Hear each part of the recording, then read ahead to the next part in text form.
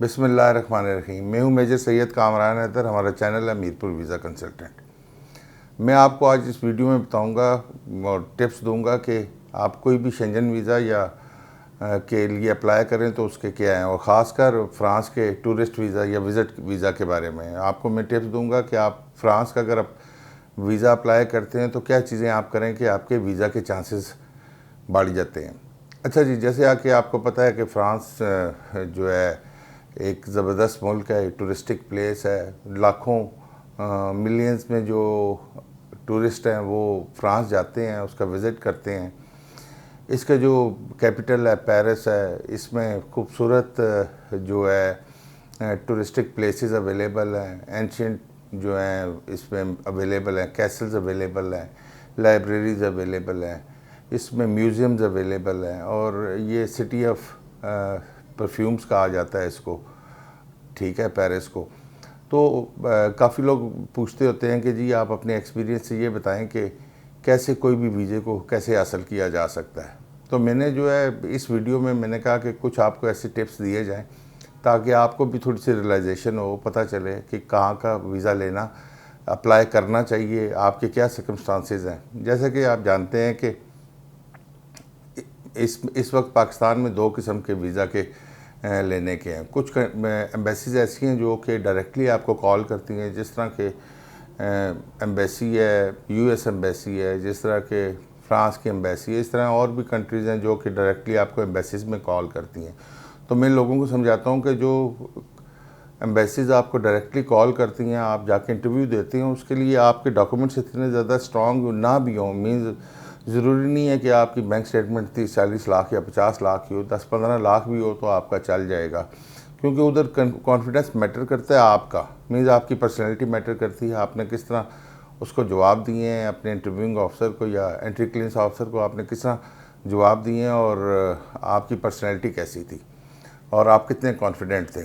फिर मैं लोगों को बताता होता हूँ कि वो लोग जिनके पास अच्छी बैंक स्टेटमेंट्स हों, अच्छे बाकी सपोर्टिंग डॉक्यूमेंट्स हों, और वो इतने ज़्यादा कॉन्फिडेंस ना हो उनमें हो, तो उनको चाहिए कि वो यूएस की या फ्रांस के एम्बेसीज की तरफ मत जाएं। वो ऐसे कंट्रीज़ का अप्लाई करें जैसे यूके है या बेल्जियम है या और स्पेन है, कि आप उस एम्बेसी में ख़ुद ना जाएं लेकिन आपके डॉक्यूमेंट्स जाएं, और एंट्री क्लियरेंस ऑफिसर जो है आपके डॉक्यूमेंट्स देख के ये अंदाज़ा करे कि वेदर आपको वीज़ा देना चाहिए कि नहीं देना चाहिए। अच्छा जी, अभी हम दोबारा आते हैं फ़्रांस की तरफ। जैसे कि मैंने आपको कहा कि फ़्रांस की एम्बेसी में अगर आपने जाना है, आपके पास ट्रैवल हिस्ट्री है और इतने मजबूत डॉक्यूमेंट्स नहीं हैं, लेकिन आपकी जो है पर्सनैलिटी ऐसी है और आप में कॉन्फिडेंस है, तो आप वीज़ा लेने के आपके पास ज़्यादा चांसेस होते हैं, क्योंकि जो एंट्री क्लियरेंस ऑफिसर या इंटरव्यूइंग ऑफिसर है वो डायरेक्टली आपसे इंटरव्यू ले रहा होता है।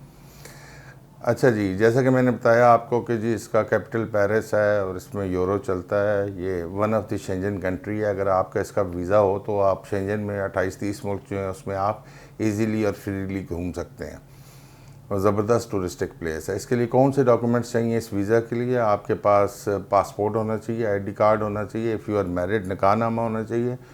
अगर आप बिज़नेसमैन हैं तो बिज़नेस के डॉक्यूमेंट्स, बिज़नेस की रजिस्ट्रेशन होनी चाहिए, और टैक्स रिटर्न्स होनी चाहिए, एनटीएन होना चाहिए। अगर आप एम्प्लॉयड हैं तो आपके पास जॉब लेटर और सैलरी स्लिप्स होनी चाहिए। आपके पास टैक्स रिटर्न्स होनी चाहिए, एनटीएन होना चाहिए, बैंक स्टेटमेंट होनी चाहिए। अगर आपका बिज़नेस है तो बिज़नेस की बैंक स्टेटमेंट भी होनी चाहिए और आपकी पर्सनल बैंक स्टेटमेंट भी होनी चाहिए। उसके बाद अकाउंट मेंटेनेंस लेटर होना चाहिए आपके पास। अगर आप एज अ टूरिस्ट जा रहे हैं तो आपके पास होटल बुकिंग होनी चाहिए, एयर टिकट बुकिंग होनी चाहिए, ट्रैवल इंश्योरेंस होनी चाहिए। और अगर आप को कोई विज़िट आपका स्पॉन्सर कर रहा है तो कम से कम आपके पास ट्रैवल इंश्योरेंस और एयर टिकट बुकिंग होनी चाहिए। अच्छा जी, आपके पास प्रॉपर्टी के डॉक्यूमेंट्स होने चाहिए, आपका पुलिस करेक्टर सर्टिफिकेट होना चाहिए। अगर आप बिजनेसमैन हैं तो चैम्बर का लेटर, चैम्बर का जो मेंबरशिप और चैम्बर का कार्ड होना चाहिए। अगर अंजुमन ताजरा वगैरह है, अगर आपका लोकल बिजनेस है तो अंजुमन ताजरा का लेटर हो तो वो भी बहुत अच्छा है। लास्ट ऑफ ऑल मैं आपको बताना चाहूँगा कि आप एक तो चीज़ है कि जैसे कि आप देखते हैं कि आपकी जो वेल्थ स्टेटमेंट है उसमें आपका जो दिया गया होता है कि जी आपकी प्रॉपर्टी इतनी है, करोड़ की है, 2 करोड़ की है, लेकिन वो गवर्नमेंट रेट होता है। अगर आप बेहतर समझें, या मैं बेहतर समझता हूँ कि अगर आपकी प्रॉपर्टी है तो आप उसके साथ एक प्रॉपर्टी वैल्यूएशन रिपोर्ट भी लगाएं, और उसको एक्सप्लेन किया जाए कि जी मेरे पास पाकिस्तान में इतनी प्रॉपर्टी है जिसकी वर्थ पाकिस्तान रुपये में इतनी है और यूरोस में या पाउंड्स में या डॉलर्स में इतनी बनती है। अगर ये लगाएंगे चीज़ें तो आपकी जो है वो हेल्प करेगा, आपके वीज़े में एंट्री क्लियरेंस ऑफिसर को आसानी होगी आपका वीज़ा समझने में, वीज़ा फ़ाइल को समझने में। तो मेरे ख्याल में ये कुछ चीज़ें थी जो मैं आपको बताना चाहता था। अगर आपको फिर भी कोई चीज़ समझनी है तो नीचे दिए गए नंबर हैं मेरे स्टाफ के, उनसे बात कर सकते हैं, आप उनसे पूछ सकते हैं। अगर आपको फिर भी समझ नहीं आती तो ये मेरा नंबर है, इस पर आप अपना व्हाट्सएप कर सकते हैं, अपनी सीवीज़ वगैरह व्हाट्सएप कर सकते हैं। अगर मैं ये समझूंगा कि आपको अपॉइंटमेंट चाहिए तो मैं आपको जो है ना अपॉइंटमेंट वक्त भी दे दूंगा, ठीक है, और आपको बता भी दूंगा आप कब में इससे बात कर सकते हैं। और उसके बाद मैं आपसे रिक्वेस्ट करूंगा कि ये रेड बेल आइकन को ज़रूर प्रेस करें, हमारे चैनल को सब्सक्राइब और शेयर करें ताकि आपके जानने वाले जो हैं अगर कोई मुफीद मालूमात हैं तो उससे मुस्तफ़ीद हो सके। थैंक यू, बहुत मेहरबानी।